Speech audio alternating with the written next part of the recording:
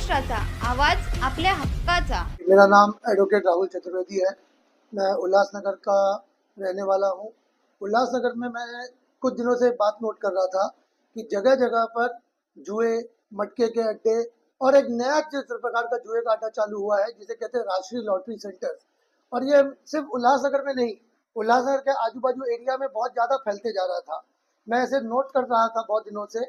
और कुछ दिनों से मैं 4 नंबर का मेन बाजार भाजी मार्केट का मेन सेंट्रल हॉस्पिटल के बाजू में एक छोटी सी दुकान थी, मैं देख रहा था वहाँ पे हमेशा 25-30 लोग खड़े रहते थे, कुछ रिक्शा वाले लोग खड़े रहते थे। तो मैं जानना चाहा कि क्या हो रहा है यहाँ पर। जब मैंने जानने के लिए वहाँ पे गया तो मैंने देखा कि वहाँ पे इलीगल जुए का काम चल रहा था राष्ट्रीय लॉटरी के नाम पे। मैंने पता किया राष्ट्रीय लॉटरी है क्या, तो मुझे पता पड़ा है राष्ट्रीय लॉटरी बैंड है महाराष्ट्र में। बहुत वर्षों पहले इसे बैन कर दिया था, लेकिन इसके नाम पे जुए आज भी चल रहे हैं। और ये जुआ कैसा है, मात्र 20 रुपए आप लगाइए, जीत गए तो 180 रुपया पाइए। इस प्रकार से ये लोगों को बेवकूफ बना रहे थे। और इसमें लूटने वाले कौन थे? सब बेचारे ऑटो वाले जो एकदम तिहाड़ी मजदूर है, दिन भर मेहनत कर रहे हैं और आके यहाँ पे जुआ खेल रहे हैं। और मैंने बहुत लोगों से पूछा, सब मुझे एक ही कहते मिले कि हम हार गए, हम हार गए। सबसे बड़ी जो दुख वाली बात यह है, ये जो जुए का अड्डा था ये विट्ठलवाड़ी पुलिस स्टेशन से मात्र 200 मीटर की दूरी पर है। सवेरे 8 बजे से चालू हो जाता है, रात को 12 बजे तक चलता है। और किसी भी पुलिस वाले का इसके ऊपर आज तक कभी ध्यान गया नहीं।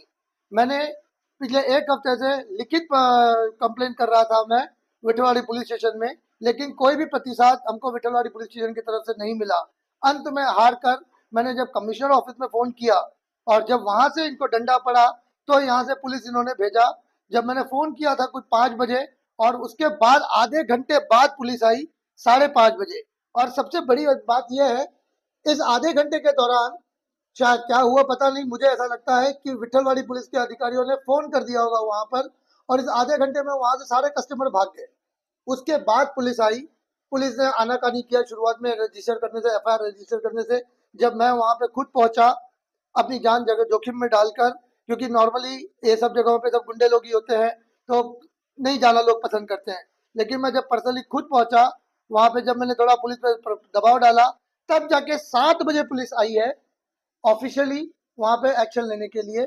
उन्होंने वहां पे एक्शन लिया, देखा कि सब सामग्री जो है वो अवैध है, कुछ ना कुछ में विवादित है और कुछ ना कुछ इलीगल एक्टिविटी से संबंधित है। और बाद में उन्होंने सारे जो उनके कंप्यूटर्स थे, स्कैनिंग मशीन थी, जो भी उनके दस्तावेज थे, सबको पकड़ा, सबको जब्त किया और एफआईआर दर्ज की गई है। एफआईआर दर्ज तो की गई है, लेकिन एफआईआर में जो नाम लिखा गया है वो लिखा गया सुरेश आहूजा। ये सुरेश आहूजा कोई बहुत बड़ा ये नहीं है।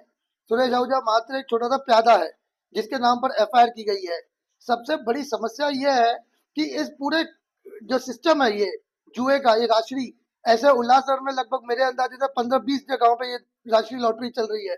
और अगर आप ये पूरे थाना जिला में देखेंगे तो मेरे अंदाजे 300-400 से ज्यादा लॉटरी सेंटर्स होंगे। इसका मेन मास्टरमाइंड कौन है? पुलिस ने एक को तो पकड़ लिया, लेकिन इसका मेन मास्टरमाइंड जो है इसके बारे में पुलिस कुछ भी नहीं बोल रही है। आपको याद होगा कुछ वर्ष पहले, कुछ वर्ष नहीं, इसी लोकसभा इलेक्शन से पहले माननीय प्रधानमंत्री जी ने एक मुद्दा उठाया था छत्तीसगढ़ का, महादेव लॉटरी का, जो लगभग 5,000 करोड़ से बड़ा का स्कैम था। मुझे भी लगता है कि ये जो स्कैम है ये छोटे से सुरेश आहूजा के बल की बात नहीं है, इसके पीछे बहुत बड़े बड़े लोग हैं। ये लॉटरी क्या है, कहाँ से ऑपरेट होती है, कौन किस सिस्टम बनाता है, किसके पास प्रॉफिट जाता है, वो प्रॉफिट किस चीज से यूज होता है, वो कैस किस माध्यम से डिस्ट्रीब्यूट होता है, इस सब पे एक शोध करने की जरूरत है, इन्वेस्टिगेशन करने की जरूरत है। इसमें मुझे एक लगता है कि अकेले विठलवाड़ी पुलिस स्टेशन सक्षम नहीं है, इसे स्टेट के ऊपर लेवल पे देखना चाहिए। और सबसे दुख वाली बात मुझे जो लगती है कि इस बात को, राष्ट्रीय लॉटरी की बात को, हमारे अंबरनाथ के एमएलए माननीय किनीकर जी ने इस विषय को विधानसभा में उठाया था।